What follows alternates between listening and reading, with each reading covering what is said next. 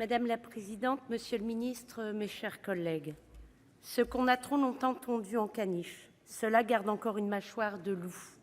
Pour mordre, pour se défendre, pour attaquer, pour faire la grève. La grève, vive la grève. Oui, la grève, comme le disent ces vers puissants de Jacques Prévert, constitue l'ultime moyen dont disposent les travailleurs face à une attaque contre leurs droits, n'en déplaise à certains. Et ils n'ont sûrement pas à rougir de son exercice, car ils sont bien dans leur droit, celui de défendre des conquis sociaux issus de grandes luttes.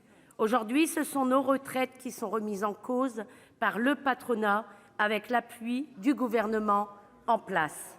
Au lieu de fustiger, comme vous le faites au travers de cette proposition de loi, les agents des transports grévistes et les traiter comme des preneurs d'otages, nous devrions tous et toutes les remercier de défendre notre système solidaire de retraite par répartition contre un gouvernement souhaitant voir les salariés travailler à vie et les dépouiller au profit du BlackRock.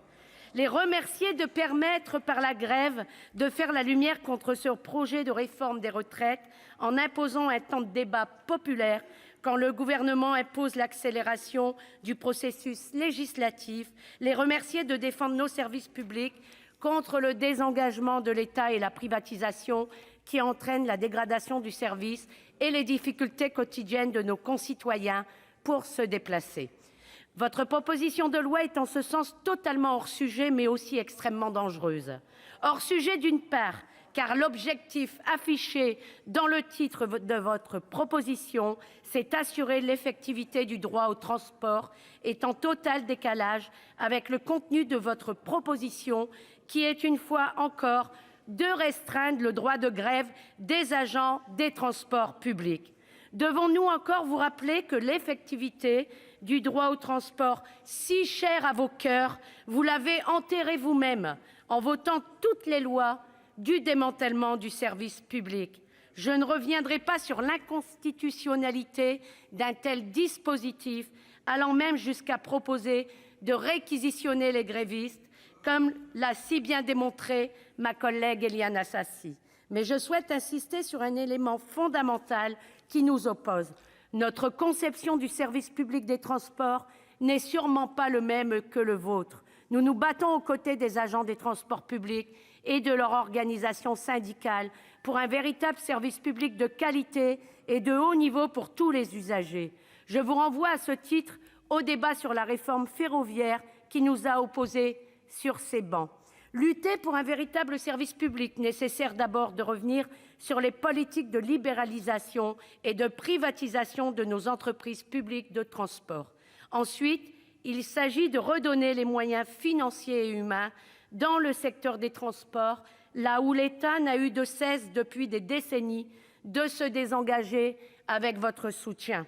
Ces logiques ont conduit à des drames. Ce fut le cas avec l'accident ferroviaire de Brétigny, causant 7 morts et plus de 400 blessés, alors que les représentants du personnel avaient alerté à maintes reprises leur direction contre le risque d'une catastrophe.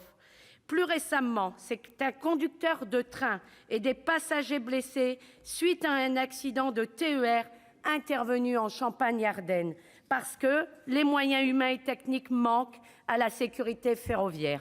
Malheureusement, ce type de catastrophe se reproduira inéluctablement sans changement radical de politique. D'autre part, votre proposition de loi est dangereuse car elle participe au mouvement de criminalisation de l'action syndicale lorsque celle-ci prend la forme de la grève ou toute autre forme conflictuelle.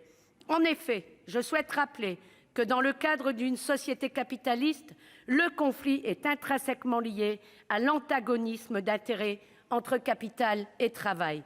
La grève est un moyen de rééquilibrer le rapport de force en faveur des salariés. Seulement, vous souhaitez voir disparaître la grève, y compris en usant de la force comme avec la réquisition. Or, en faisant cela, vous donnez encore plus de pouvoir à l'employeur qui, en plus de détenir le pouvoir de dégrader les conditions de travail de ses salariés, pourra anéantir toute forme d'expression conflictuelle tendant à rééquilibrer la relation de travail par nature inégalitaire. Il s'agit là d'une attitude irresponsable, comme d'une entreprise dangereuse, surtout lorsqu'elle se pare des meilleures intentions, comme c'est le cas avec votre texte. Nous observons en effet depuis de nombreuses années, et c'est encore le cas dans le cadre du mouvement social actuel, un accroissement de la répression syndicale, avec une volonté de la part des directions des entreprises de transport, mais aussi du gouvernement, de museler les agents, refusant d'accompagner les politiques de privatisation et de dégradation, aussi bien du service public que de leurs conditions de travail. Vous trompez également les usagers en leur faisant croire que les difficultés rencontrées au quotidien sont dues au mouvement de grève. De plus, le droit de grève n'appartient pas seulement aux agents de transport, mais à tous les salariés, dont les usagers des transports, je vous le rappelle, font partie. Autrement dit, vous vous attaquez de fait aux droits des usagers et de tous les salariés dans leur ensemble. Pour ces raisons, et pas des moindres, mon groupe votera contre votre proposition de loi et s'opposera tant que nécessaire à toute attaque du droit de grève. Je vous remercie.